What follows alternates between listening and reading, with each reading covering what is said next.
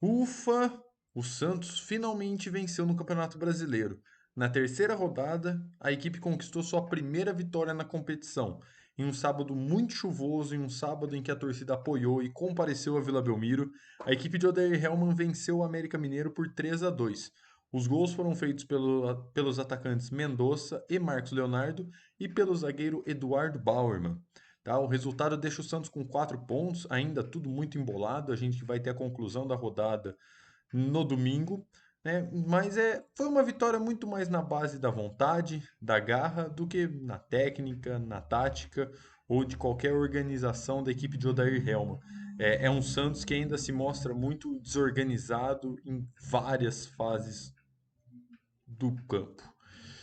Então eu queria pedir para você deixar seu like, se inscrever no canal se ainda não estiver inscrito e deixar seu comentário também sobre o que você achou dessa atuação da equipe do Odair Hellmann, se você gostou, se você não gostou, quem você achou que foi melhor, tá? E sempre tá fortalecendo aqui o projeto do canal.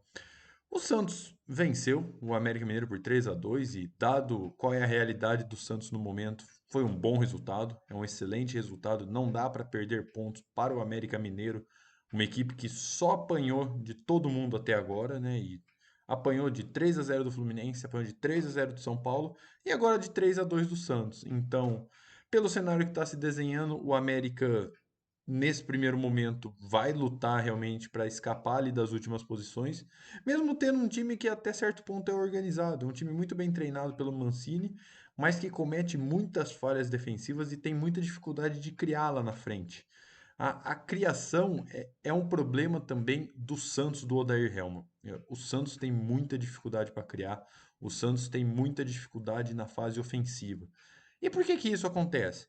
Por conta de uma postura reativa que os times do Odair tradicionalmente têm, mas não só por isso, mas porque o meio-campo do Santos inexiste. O Santos é um verdadeiro buraco entre a defesa e o ataque. O meio-campo formado por Dodi, Rodrigo Fernandes e Lucas Lima, ele não consegue funcionar da maneira que ele deveria. O Lucas Lima não consegue levar a bola com qualidade para os atacantes. Por quê? Porque o Dodi e o Rodrigo Fernandes estão extremamente sobrecarregados. Como não há aproximação, como há um espaçamento muito grande entre defesa e ataque, o Rodrigo Fernandes e o Dodi acabam ficando extremamente sobrecarregados. E o que que isso resulta? Resulta em cartões amarelos. Os dois estão muito sobrecarregados. Os dois têm que correr o dobro, têm que se desdobrar para poder cobrir possíveis falhas, possíveis espaços que a defesa deixa, que muitas vezes o ataque não consegue recompor. Então daí o que que acontece? Acontece que nem aconteceu contra o América, que o Dodge e o Rodrigo Fernandes levaram cartão amarelo. Se não é um, é o outro, e vice-versa. O Dodge, por exemplo, está fora do jogo contra o Cruzeiro, porque ele está levando o cartão amarelo com muita frequência. E essa falta de aproximação e esse buraco que existe no meio-campo acaba sacrificando os dois volantes, que é uma dupla de volantes boa. É uma dupla de volantes que tem poder de marcação e também tem qualidade para sair jogando. O Rodrigo Fernandes talvez nem tanto, mas o Dodi é um jogador de técnica. E isso vai acontecer independente com quem esteja ali. Pode ser o Camacho, pode ser o Alisson, de repente se ele colocar o Ivonei ali de volante, quem quer que seja. O meio-campo do Santos hoje inexiste, tá? E inexiste muito por conta dessa falta, talvez, de organização que há no Santos. O Odair, ele pode colocar um time reativo. Eu não estou pedindo para ele colocar um time com DNA ofensivo, um time que parta para o ataque de maneira desordenada, nada disso. Eu estou pedindo, ele quer ser reativo? Tudo bem, ele pode ser reativo, mas vamos encontrar maneiras de atacar. Vamos encontrar alternativas para o meu time ser um pouco mais criativo, mesmo quando eu estou apostando demais no sistema defensivo. Vamos apostar num contra-ataque, vamos dar maior verticalidade, vamos dar aceleração, vamos marcar pressão um pouco em algum momento do jogo. O Santos hoje é um enorme nada, né? É por isso que eu não estou conseguindo enxergar nenhum ponto de melhora na equipe do Odair. Hoje contra o América, o time ganhou muito mais na base da vontade, na base da garra e na base da individualidade. O Soteldo fazia uma ótima partida, ele é muito diferente. O venezuelano é o jogador mais lúcido e o jogador mais talentoso de um Santos, que é um deserto de 10. E aí, quando a bola cai no Soteldo, o Soteldo é como se fosse aquela garrafa d'água no meio do deserto. É ele que é o diferente, é ele que vai conseguir trazer uma outra energia para o time. E aí vai ter uma outra preocupação, porque o Soteldo saiu com desconforto na coxa esquerda, ele vai ser reavaliado e eu não sei como vai ficar a sua situação, tanto para o restante da temporada, quanto de repente para o jogo contra o Newell's. A gente torce para que não seja nada de mais grave, porque o Soteldo é diferente e o Soteldo é o melhor jogador do Santos. Quem também foi muito bem hoje contra o América foi o Mendonça. Mendonça é um jogador extremamente útil para o elenco do Santos. E é um jogador que vai ajudar, vai agregar muito quando joga mais centralizado. Quando joga ali, talvez até de repente ser uma alternativa quando o Marcos Leonardo estiver fora no Mundial Sub-20 como um centroavante. O Mendonça ele se posiciona muito bem, ele tem um senso de posicionamento muito bom e tem uma chegada na área muito forte. Hoje ele faz o gol de empate depois da jogadaça do Soteldo no primeiro gol. Aí no segundo gol do Eduardo Bauerman é ele quem dá assistência. E no terceiro gol ele sofre o pênalti. Um pênalti claro e que o Daronco ignora. O Daronco estava de frente para o lance e simplesmente ignora o pênalti cometido em cima do Mendonça. Então o VAR aciona o próprio Daronco e o Daronco vai consultar a situação na telinha. E, e o árbitro, naquele momento, me parece muito que ele teve uma relutância em marcar o pênalti. Parece que ele não queria marcar o pênalti. Mas, enfim, tudo isso para dizer o quê? O Mendonça, agrega valor ao elenco do Santos. Isso é inegável. Só que qual é o grande problema?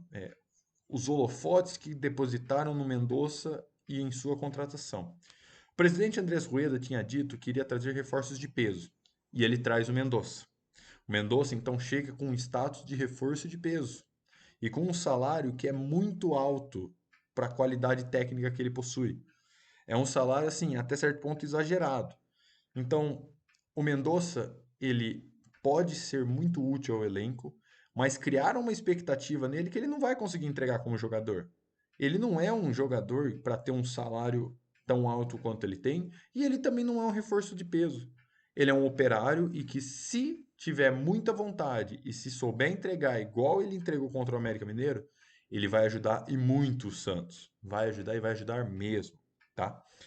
Para mim, esses foram os dois grandes pontos positivos da partida de hoje. E é claro, o João Paulo salvou ali uma bola nos minutos finais, numa falta cobrada pelo Michael, da equipe do América, e ele faz uma defesaça numa cobrança de falta.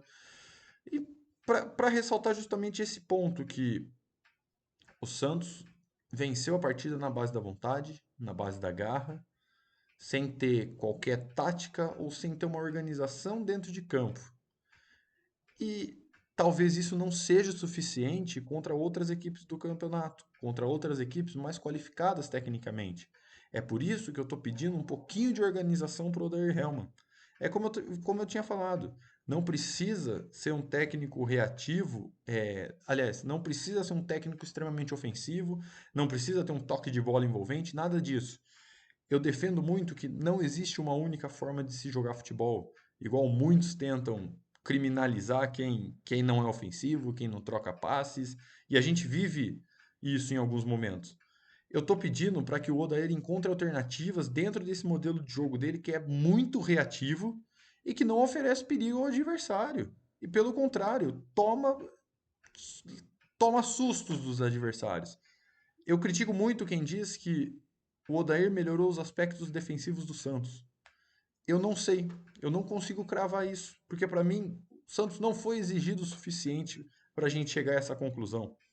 O Santos enfrentou Iguatu e Botafogo de Ribeirão Preto na Copa do Brasil. E foi pior que o Botafogo de Ribeirão Preto no jogo na Vila Belmiro, em que o Botafogo estava com um time misto.